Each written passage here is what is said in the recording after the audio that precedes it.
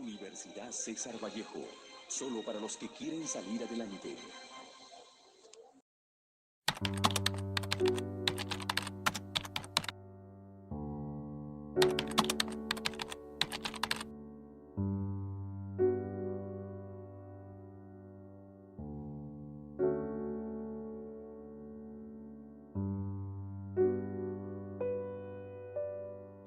Todos vemos a nuestro más grande poeta y escritor peruano, una de las más altas cumbres en la literatura universal y expresión poética del Perú, César Vallejo. Pero ¿alguna vez han pensado qué piensa César Vallejo acerca de las enfermedades mentales y cómo éstas se manifiestan en nuestra sociedad? Aquí resolveremos todas tus dudas. Comencemos. Según Olascuaga, en el 2009, el poeta peruano César Abraham Vallejo Mendoza nació en Santiago de Chuco el 16 de marzo de 1892. Una vez que Vallejo terminó sus estudios primarios en 1905, se va a Huamachuco a continuar estudios secundarios en el Colegio San Nicolás, terminando así en 1908. En 1910, viaja a Trujillo a iniciar sus estudios universitarios en la Facultad de Letras de la Universidad de Trujillo. Por temas económicos, deja los estudios universitarios y regresa a Santiago de Chuco, donde probablemente él trabajó en la mina de Quirubilca. Y no mucho tiempo después, viaja a la capital a estudiar medicina en la Universidad Mayor de San Marcos. Una vez más, abandona los estudios por temas económicos. En 1912, trabaja como ayudante de cajero en la azucarera Roma, lugar desde donde el poeta ve abuso a los que están sometidos los obreros y campesinos.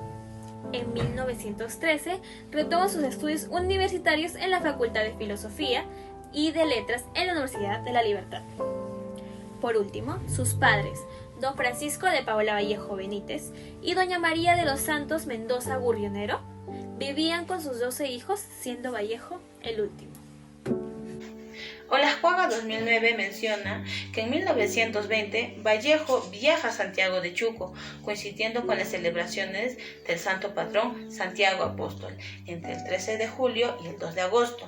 Este amotinamiento tuvo como consecuencia el enfrentamiento con la civilidad, que dio como resultado la muerte de un civil.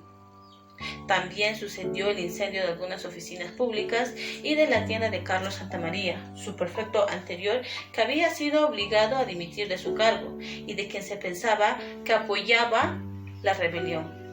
Vallejo se mantuvo esa tarde al lado de su prefecto Mesa y del alcalde Jiménez, buscando calmar los ánimos de la ciudadanía.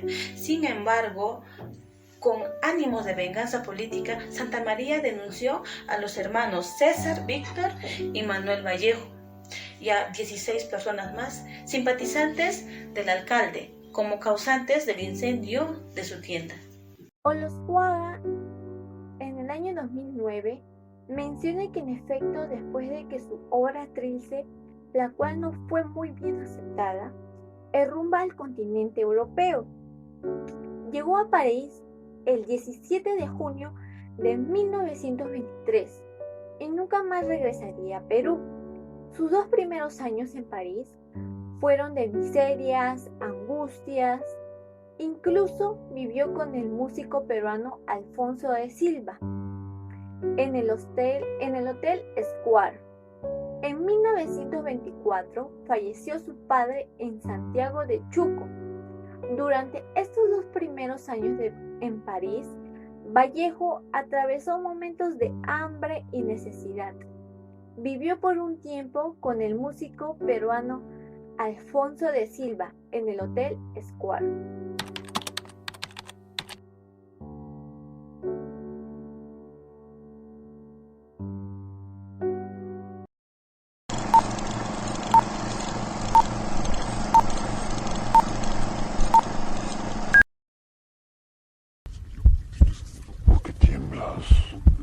¿Por qué tiemblas, cobarde?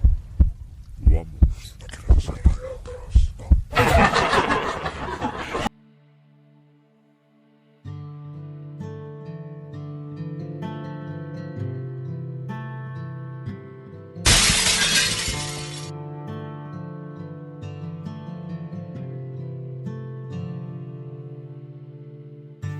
Amado, ¿qué ha pasado? He tenido un sueño muy raro. Además se ha roto el espejo. ¿Cómo ha sido? Dios mío, ¿qué va a ser de nosotros? No sé cómo ha sido, de veras. ¿Has oído? ¡Qué gallina más onza! Seguro ha sido la palucha. Jesús, Dios mío, ¿qué va a ser de nosotros? Calma, calma, calma. Tenemos que matarla. Cuando una gallina canta de la mala suerte, es mala suerte. Recuerdo una vez, antes de que mi madre muriera, una gallina cantó. El espejo, Balta, ¿qué va a ser de nosotros?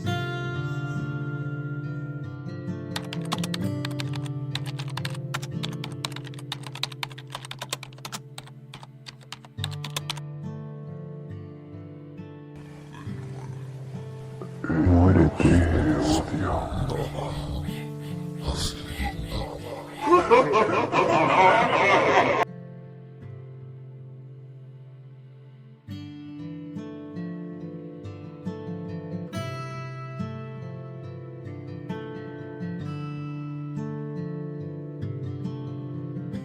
Fabla Salvaje es una novela corta del escritor peruano César Vallejo, publicada en Lima en 1923. Se le ha calificado de novela psicológica. Fábula, salvaje, locura acompañada de superstición. González Antonio, 2011, comenta que la novela nos relata sobre una pareja de recién casados que en el transcurso de la historia les ocurren sucesos muy raros. Dedicándose a la vida campesina, al comienzo llevan una buena relación. Con el tiempo, con la supuesta aparición del fantasma, su relación decae súbitamente. Los lectores de Fabla Salvaje han llevado a cabo una hipótesis del comportamiento raro del personaje principal. Las variadas explicaciones no se contradicen y estas confirman el carácter polisémico de las obras literarias. Alan Sicard señala que los críticos, cuando se refieren a Fabla Salvaje, ninguno de sus comentarios ha llamado su atención con respecto al caso anómalo. González Antonio, 2011, manifiesta que la enfermedad de Balta se intensifica con la llegada de su hijo, y esto le produce una severa incomodidad, ya que se acaba de casar. Esto causa que no se responsabilice en sus tareas diarias, entre en pensamientos profundos, descuida a su esposa y se aísla por completo. La relación de los esposos se va deteriorando y no avanza en buenos términos. A lo largo de la historia, un espejo se rompe y Balta imaginó ver a un hombre dentro del espejo y en sus creencias erróneas pensó que era el hombre con el que Adelaida le estaba siendo infiel. Por eso lo acosaba. La esquizofrenia es un trastorno mental grave por el cual las personas interpretan la realidad de manera normal.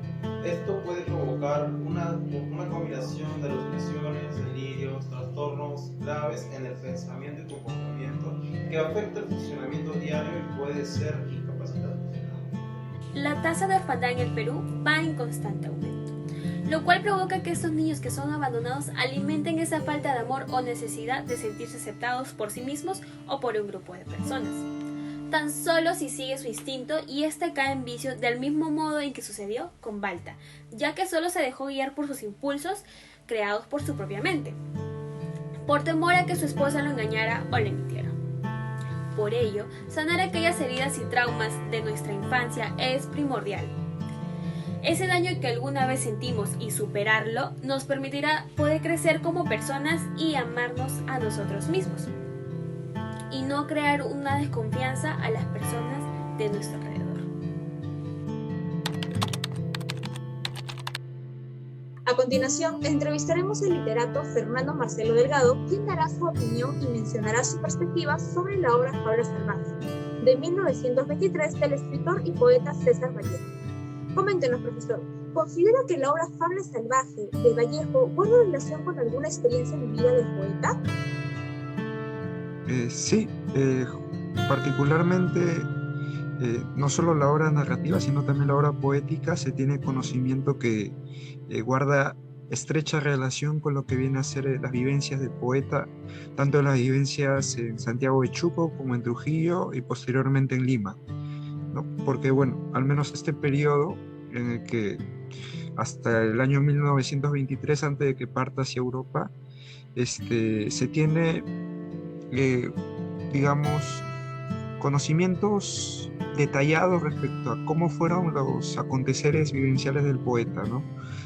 Se tiene también referencias por sus tres biógrafos importantes, me refiero particularmente a Espejo Asturrizaga, Stephen Hart y a Miguel Pachas Almeida, quienes nos detallan que tanto en Escalas Melografiadas, que es su otra obra narrativa que publica aquí en Lima, como en Fabla Salvaje, se pueden observar muchas de las vivencias del autor, al menos en cuanto a las estrechas relaciones que tiene tanto con los Andes como la estrecha relación que tiene con las mujeres en este caso.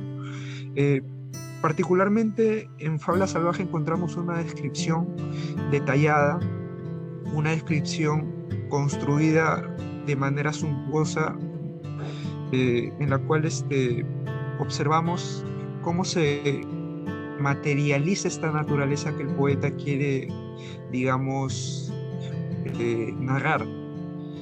Nos cuenta, digamos, una perspectiva muy personal, muy relacionada incluso con muchos de los poemas de esta época, particularmente con el poemario Los Heraldos Negros, en el cual las descripciones, las referencias al campo, a la vida de provincia, como escenarios y como motivos, están muy vinculadas.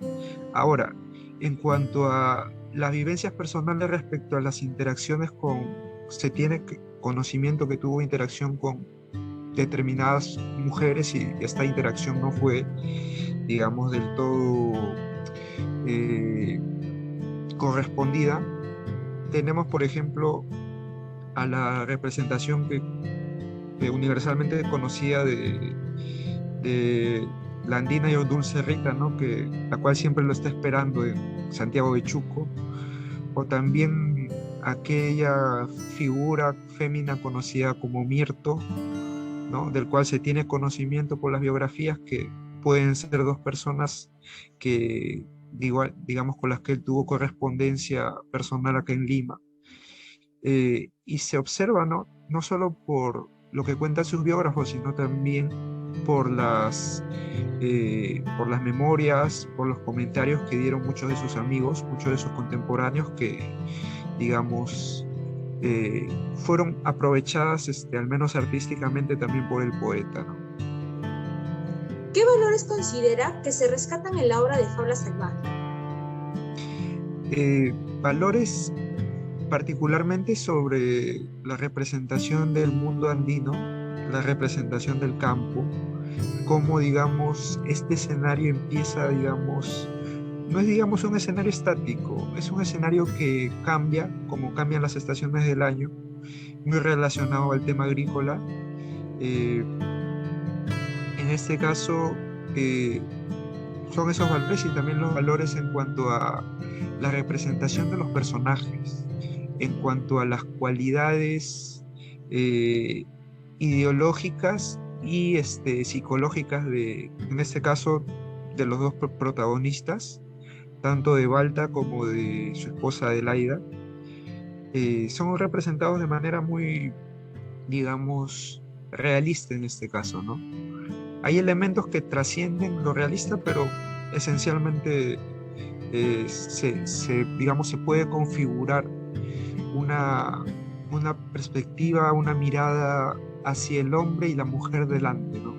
Hacia los conocimientos personales, vivenciales, como también a la cultura ancestral indígena que, digamos, socava estos conocimientos, ¿no? Que está interrelacionada mucho con esto.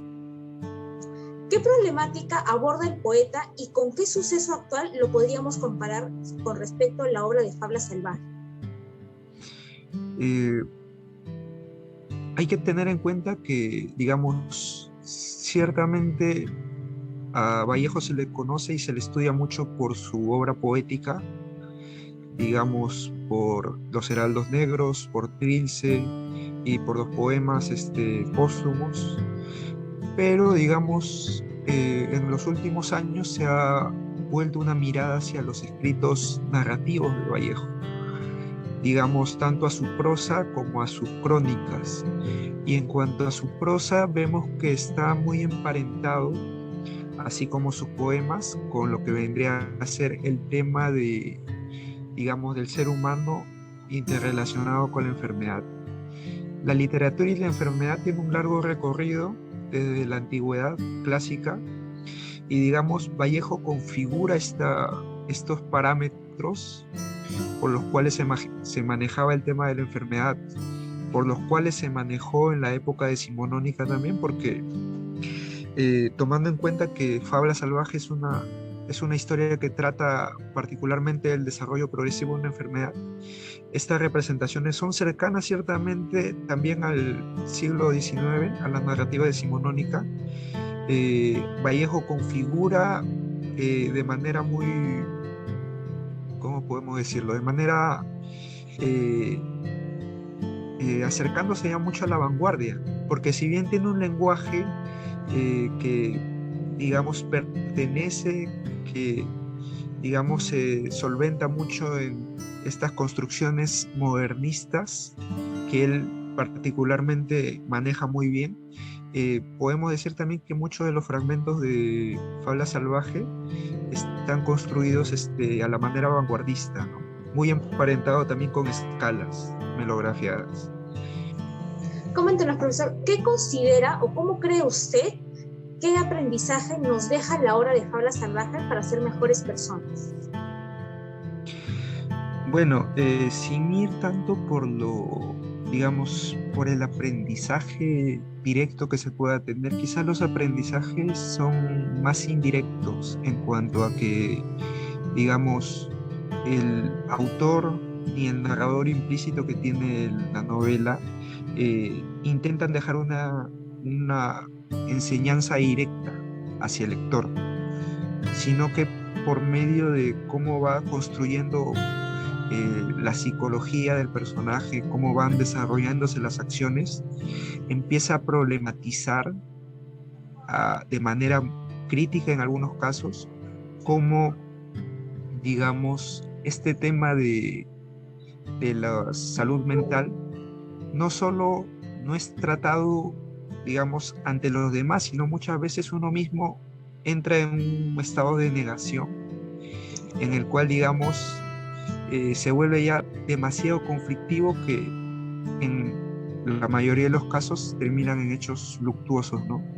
Al no saber, digamos, tanto cómo manejarlo, porque, digamos, no solo por la tipología de los personajes que maneja, porque ciertamente son personajes rurales, son personajes cuya educación, digamos, ha llegado hasta cierto nivel y, digamos, no tienen las herramientas, digamos, no tienen el conocimiento para, digamos, poder siquiera comprender qué es lo que les está aconteciendo, sino a partir de su experiencia vivencial intentan, digamos, ver cómo manejan esto, y lamentablemente no lo logran manejar bien por la misma situación que son temas vedados, son temas vetados muchas veces de la conversación cotidiana, ¿no?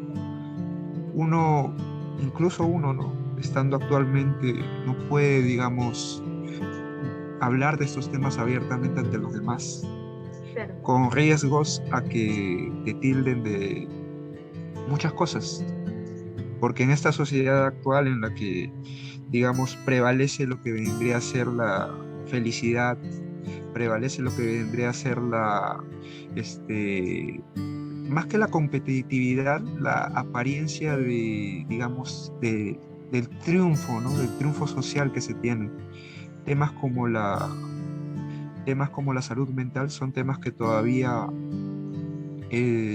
digamos, tanto las investigaciones como mayor alcance hacia el público, todavía estamos en deuda, tanto los investigadores en cuanto a la difusión como al tratamiento que se tiene en el área educativa, por ejemplo, ¿no? En el área educativa muchas veces estos temas se tocan de manera muy cerrada, se tiende, digamos, a invisibilizar esto.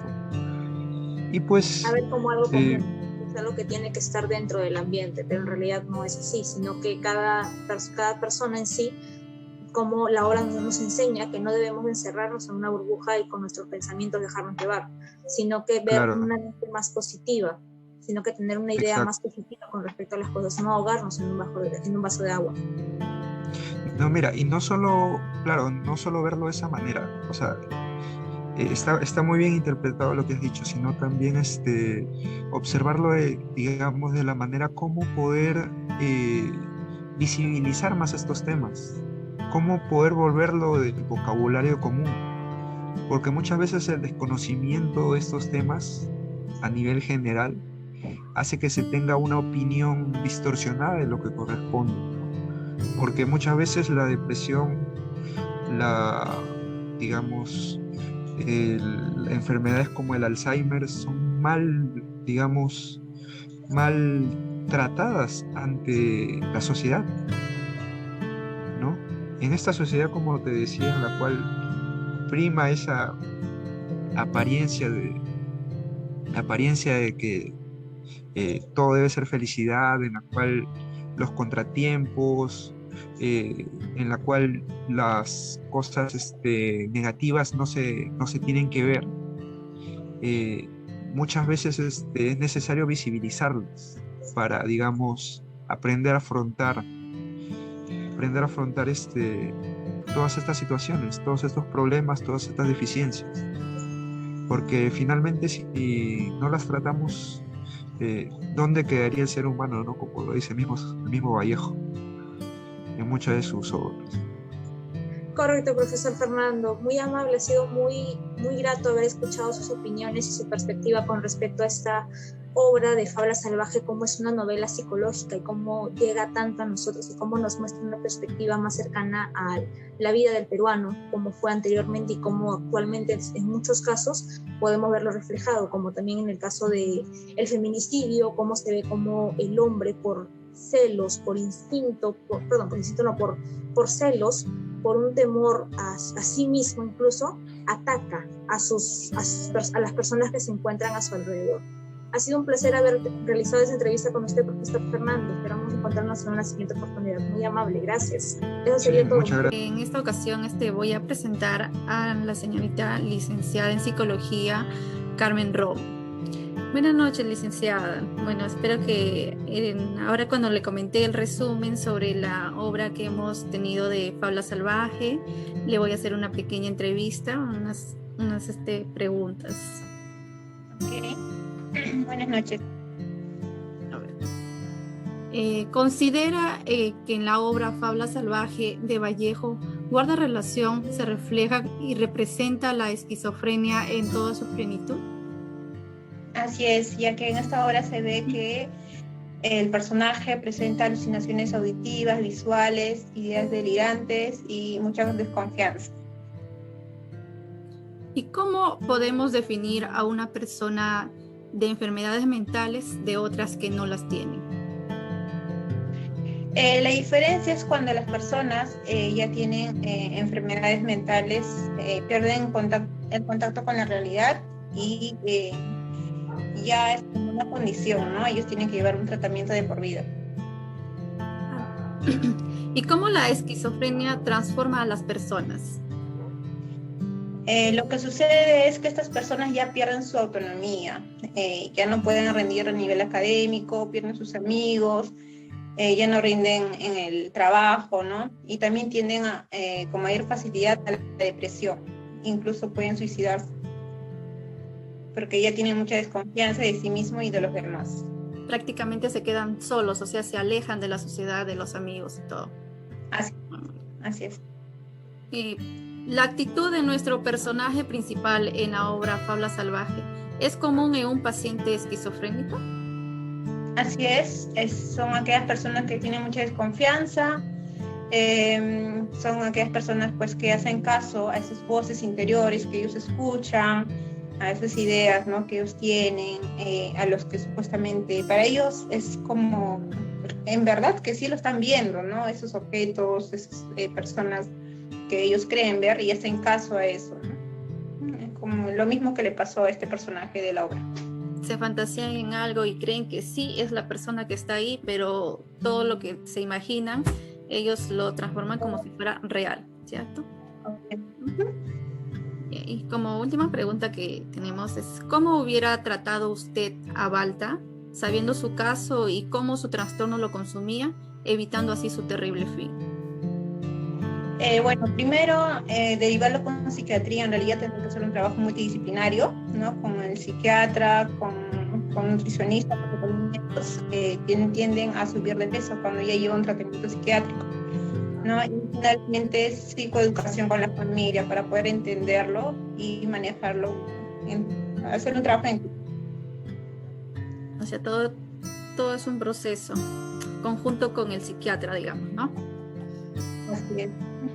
Oh, muy interesante. De verdad, muchas gracias por su tiempo. Mi equipo y yo estamos muy agradecidos realmente por esta pequeña entrevista, ¿no? Listo. De igual manera a ti, muchas gracias por tomarme en cuenta, ¿no? Para esta entrevista. Muchas gracias, licenciada Carmen.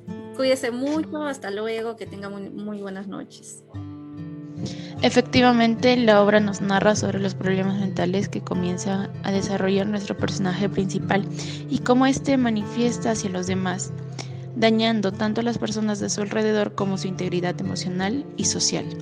Sanar las heridas del pasado es vital, ya que de lo contrario, estas nos traerán consecuencias a futuro, creando trastornos en nosotros.